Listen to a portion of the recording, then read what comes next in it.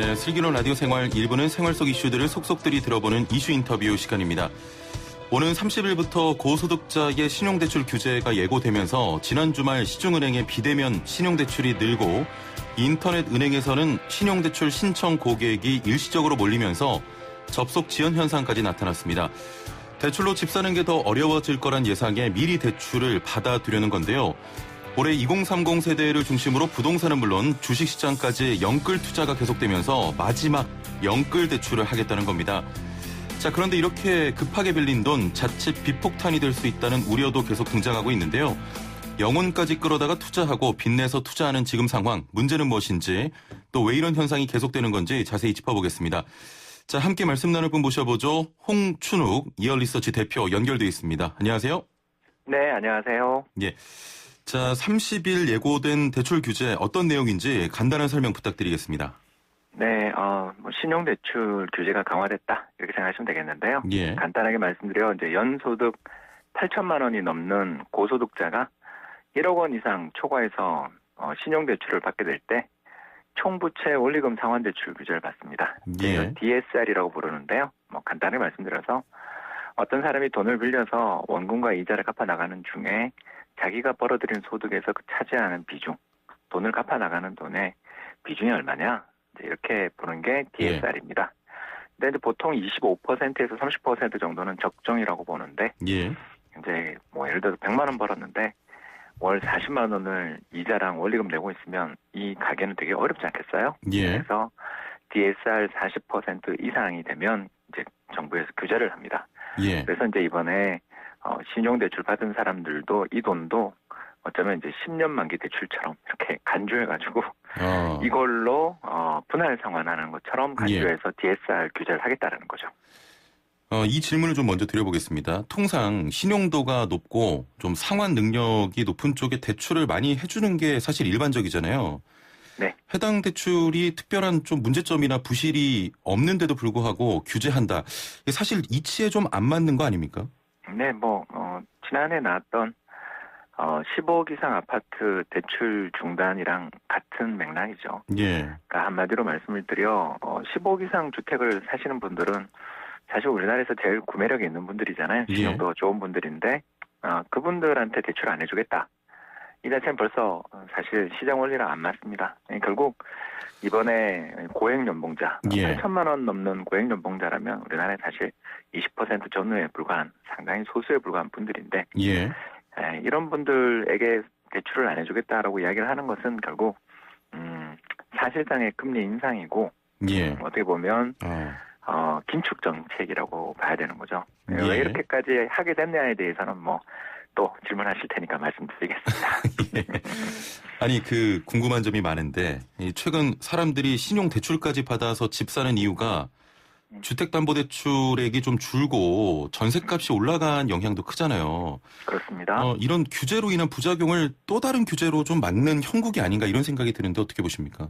예, 말씀 일리 있습니다. 이제 다만 정부 당국의 입장을 조금만 변호해 보자면 PIR이라고 있습니다. 이게 이제 뭐냐면 연봉 대비 집값이 몇 배냐. 이거를 측정하는 건데 이제 예전입니다. 14년 1월. 그러니까 지금으로부터 만 6년 전이죠. 예. 그때 이제 우리나라 서울에서 집을 살 때 중위 소득을 가지신 분이 중위 집값. 그러니까 100명의 근로자나 100명의 사업하신 분들이 있다고 할 때 50번째로 소득이 많으신 분이 또 서울에서 50번째로 100개의 집이 있다고 할 때 50번째로 비싼 집을 산다. 이러면 이제 이 사람 연봉으로 몇 배 정도의 집을 사느냐. 이게 이제 PIR이거든요. 근데 이게 6년 전에 얼마냐면 8.8배였습니다. 그러니까 8에서 9년 정도 모으면 그냥 집을 살 수 있는. 서울 아파트가 비싸다는 건 알지만 그래도 이 정도면 역사적 평균 내외였다고 볼 수 있는데 이게 이제 지난 6월 아직 이제 9월 통계는 아직 안 나왔고요. 이게 이제 분기 통계입니다. 6월 통계를 봤더니 얼마가 되냐면 14.1배. 그러니까 14년을 모아야 되는 거죠. 그러니까 한마디로 말해서 주택 가격이 이제 급등을 하고 있는 중이죠. 그러니까 우리나라 사람들이 한 6년여에 걸쳐 소득도 많이 늘었잖아요. 그런데 그거보다 집값의 상승 속도가 훨씬 가파르니까 이 파국이 벌어지는 걸 어떻게든 좀 정부 입장에서는 시간을 벌어야 되는 또는 좀 흐름을 조금이라도 브레이크를 걸고 뭔가 대책을 내놓으려는 이 다급함의 발로다. 그래서 작년 12, 16 조치는 15억 이상 아파트 대출 금지 이렇게 했다면 이번에 나온 조치 이제 11월 30일 날 시행되는 고소득자에 대한 신용대출의 사실상의 억제 조치는 이런 맥락에서 좀 파악하실 수 있겠습니다. 예, 알겠습니다. 발표 이후에 신용대출이 급격하게 늘었다고 하는데 시중은행에서 많이 늘었습니까? 예, 사실 예. 그럴 수밖에 없는 게 일단 이게 뭐 막히잖아요. 그리고 이제 그 시한이 11월 30일부터 시작이 됩니다. 예. 그러니까 다시 말해서 이번 조치는 기존 신용대출은 적용 안 되고요. 30일 이후 신규 계약분부터 적용됩니다. 예. 두 번째, 기존 만기가 끝나잖아요. 그러면 연장할 때도 적용이 안 됩니다. 그렇다면 받아두는 게 유리하죠. 예. 그래서 11월 13일 날 그날 이제 발표가 있었는데 그때 5대 신용은행의 신용대출 뭐 예를 들어서 이제 KB, 신한, 뭐 하나 이렇게 이어지는 우리나라의 5대 시중은행의 신용대출 잔액이 얼마였냐면 13일 날 발표된 날 129조 원이었습니다. 예. 근데 이제 딱 3일 지난 16일 날은 얼마 되냐면 130조 5천억. 그러니까 중간에 잠깐 또 어디 보면 쉬는 날도 있었잖아요. 예. 연휴가 있었는데도 불구하고 그러니까 사실 한 거래일 기준으로 1조 1천억 정도 늘어나는 셈이에요. 그러니까 예. 지금 뭐 업무가 마비될 정도로 사람들이 많이 가신 은행도 있다고 합니다. 그렇군요. 은행권에서는 이런 현상 두고 좀 우려하는 목소리가 큰데 이유가 뭘까요? 예, 은행들 입장에서 수익성 악화의 가능성이 일단 걱정이고요. 예. 왜 그러냐면 뭐 방금 잘 말씀하신 것처럼 이 신용대출이 최근에 은행들 성장의 주된 동력이었어요. 예. 그러니까 지난 10월 기준 우리나라 은행들의 신용대출이 지난해 같은 기간 비해 무려 16.6%. 엄청 늘었죠. 예. 그리고 또 이게 신용대출이 아시는 바와 같이 금리도 높습니다. 예. 그러다 보니 은행들 입장에서 수익성을 견인해 주는 게 바로 이 신용대출이었던 셈이에요. 예. 그리고 이제 주택담보대출은 뭐 잘 아시는 바와 같이 규제 대상 지역으로 해서 LTV 그러니까 주택담보 인정 비율 같은 게 40% 규정돼 있고 또 작년 12, 16 조치로 고액 부동산을 갖고 계신 분들은 대출이 그나마 막혀 있잖아요. 예. 그러니까 은행들 입장에서 본다면 어떻게 보면 활로가 좀 막힌 거고요. 근데 두 번째 앞서 잘 지적하신 것처럼 가장 소득도 높고 신용도도 높은 사람들한테 대출을 해주지 말라 이렇게 이야기하면 이제 상대적으로 신용도가 떨어지거나 또는 자산 상태가 상대적으로 덜 좋은 분들한테 가야 되는데 이게 이제 연체 리스크들을 쥐게 되는 거죠. 물론 지금이야 우리나라 은행들 신용도가 대단히 건전한 상황이라서 사실 이건 아직 걱정할 필요는 없는데 이제 미래에 대한 걱정들은 지금 좀 나오는 상황이라고 볼 수 있겠습니다. 예. 조금 전에 이런 일련의 흐름들을 말씀하셨는데 네. 고소득자 대출이 막히다 보면 이게 제2금융권으로 가잖아요. 맞습니다. 그러면은 대출 이자가 더 오르는 일이 좀 발생하지 않겠습니까? 예, 이제 그렇게 저희도 보고 있죠. 예. 그래서 이런 식으로 이제 대출 이자들이 오르고 또 더 나가서 표현이 좀 뭐 이상합니다만 이런 식으로 이제 정부의 대책이 나오면 그 다음으로 나올 대책이 당연하게 나오지만 금리 상한에 대한 또 대책들. 그러니까 사금융 대출 금리를 최고 24에서 20%까지 낮추는 거잖아요. 그렇죠. 예. 예. 이 조치를 이제 같이 한 거죠. 정부도 알고 있습니다. 근데 이제 문제가 저희들은 이런 금리 상한제에 대해서 아마 저를 포함한 상당수의 경제학자들은 다 반대할 거예요. 예. 왜 그러냐 하면 막다른 길로 사람을 몰 수 있기 때문입니다. 다시 말씀드려서 우리나라 저축은행이나 이런 여러 사금융 회사들의 실적을 한번 조사해 보시면 생각보다 그렇게 돈을 많이 못 벌어요. 예. 왜 그러냐 하면 연체율이 되게 높아서 그렇습니다. 그러니까 아무래도 이용하시는 분의 경제 상황이 조금은 어렵은 분들이 많으니까 상대적으로. 예. 그런데 그런 상황에서 이제 금리 상단이 내려가게 되면 이제 거기에 커트라인에 걸리신 분들이 아예 사금융 쪽에서도 대출을 못 받는. 그렇군요. 예, 그러면 이제 뭐 또 다른 곳으로 가겠죠. 근데 짐작하시는 그런 쪽으로 가게 됩니다. 이게 이제 전형적으로 최저임금 문제랑 비슷하게 엮여 있는 거죠. 우리가 이제 최저임금을 인상하는 것은 찬성하나 급격하게 인상하는 거에 대해서는 반대 의견이 많았던 이유가 예. 나는 최저임금보다 좀 낮은 임금이라도 받고 취직하고 싶어요라는 분들은 계시잖아요. 예. 그런데 최저임금 그 자체를 확 올려버리게 되면 최저임금보다 낮은 임금을 받고서라도 일하고 싶은 분들이 오히려 취직할 수 없게 되는 경우도 생기죠. 예.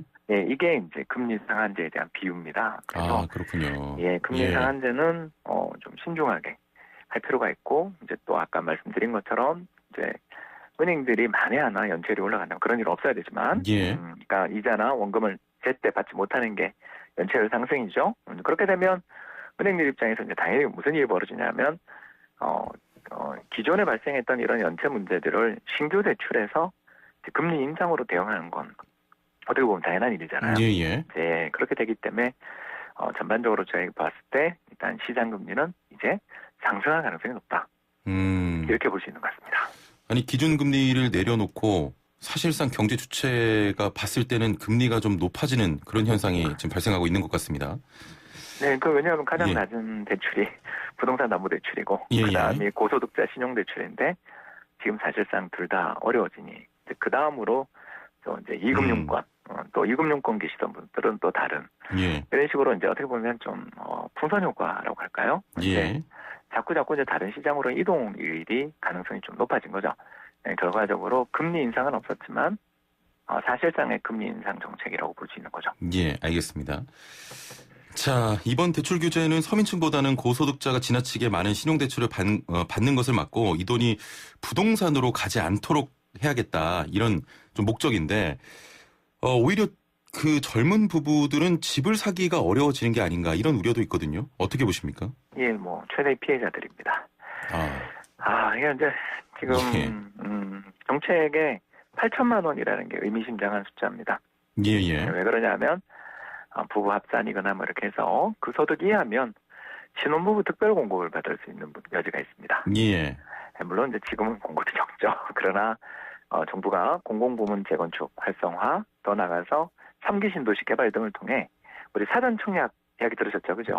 그런 걸 통해서 미래의 주택 공급을 늘릴 테니 기다리세요. 지금 영혼까지 끌어모아 주택 사는 거 마십시오. 그러면서 신혼부부에 대한 특별 공급을 늘리겠다라는 이야기를 하는데 그게 대부분 대상이 소득이 낮으신 부부들입니다. 자, 근데 이제 이번 신용대출을 막은 건 어디냐면 8천만 원 이상 고소득자잖아요. 이분들이 이제 최근에 부동산 시장에서 어떻게 보면 주택 매수에 가장 적극적으로 가담한 층이 30, 40대 고소득자들이었던 셈입니다. 왜냐하면 이분들은 신혼부부 특별공급도 기대하기 어렵고 또 청약 가점은 50대 또는 40대 후반분들한테 너무 밀리니까 거기다가 주택 공급에 대한 기대들도 약화되어 있는 상황이죠. 거기다가 살고 있던 전세 가격 급등. 삼중고를 맞아 어떻게 보면 쫓겨간 셈이었어요. 그러니까 비싸다는 걸 모르고 사지는 않았을 거 아니에요. 그죠? 아까 제가 말씀드린 PIR 기억나시죠? 8배가 14배가 됐다. 엄청 오른 거잖아요. 그런데도 사게 된 데는 그 나름의 이유가 있는 거죠. 그렇기 때문에 이분들 입장에서는 이제 어떤 대응을 할까 훤히 보이죠. 일단 첫 번째는 이번에 정부 정책이 부부 합산은 일단 안 막았잖아요. 그러면 이제 부부가 안 받았던 부부도 받으려고 이제 들겠죠. 그렇겠죠. 그러니까 이런 식으로 이제 또 빠져나갈 길들을 찾아 나가며 또 거기에 대해서도 또 규제가 나오지 않겠냐. 이렇게 이제 생각해 볼 수 있는 거죠. 그래서 이게 이제 참 어려운 문제인데 가구당 이제 신용대출 규제를 할 수 있느냐 이것도 이제 논란의 여지는 있습니다만 아무튼 제가 말씀드린 바와 같이 이 고소득 맞벌이 부부 또는 고소득 젊은 부부들 입장에서는 이번 조치로 인해서 또 다른 대안을 찾아 나서는 그러니까 대안에 대안을 찾는 흐름이 되지 근본적 해결책이 되기는 어렵지 않나 이런 걱정을 하게 됩니다. 자, 이렇게까지 온 이유 중에 하나가 올해 부동산과 그 주식시장에서 가장 뜨거운 단어 중 하나가 영끌 때문인데 또 영끌 때문이다 이런 의견도 있습니다. 금리가 떨어지면서 빚내서 투자하고 집을 사는 열풍 계속됐고 결국 가계대출이 늘었다고 볼 수 있는데 이런 현상이 실제 시장에서 숫자로 확인이 되고 있습니까? 네. 올해 상반기 서울에서 전체 주택 총 건수를 조사를 해봤습니다. 연령별로. 그랬더니 30대가 1위. 26,570, 예. 26,657건입니다. 그래서 2등이 40대. 그래서 25,500건. 3등이 50대, 17,000건. 그러니까 우리나라는 인구 구조상 X세대가 인구가 많잖아요. 예. 그래서 X세대가 흔히 40대에서 50대 초반입니다. 그래서 인구 집단으로 보더라도 제일 큰 인구 집단이 주택 매수세가 상대적으로 인구가 적은 30대보다 더 적다. 예. 이건 뭘 뜻하냐? 최근에 나타난 부동산 시장의 특징은 다주택자들의 매수가 아니고요. 예. 무주택자들의 실수요라는 것을 알 수 있는 통계인 거죠. 예. 그래서 알겠습니다. 이제 주택 소유율이 올라가고 있다. 이렇게 볼 수 있겠습니다. 알겠습니다. 제가 다음번에 한 번 더 모시겠습니다. 오늘 감사합니다. 네, 감사합니다. 네, 지금까지 홍춘욱 이얼리서치 대표와 함께했습니다.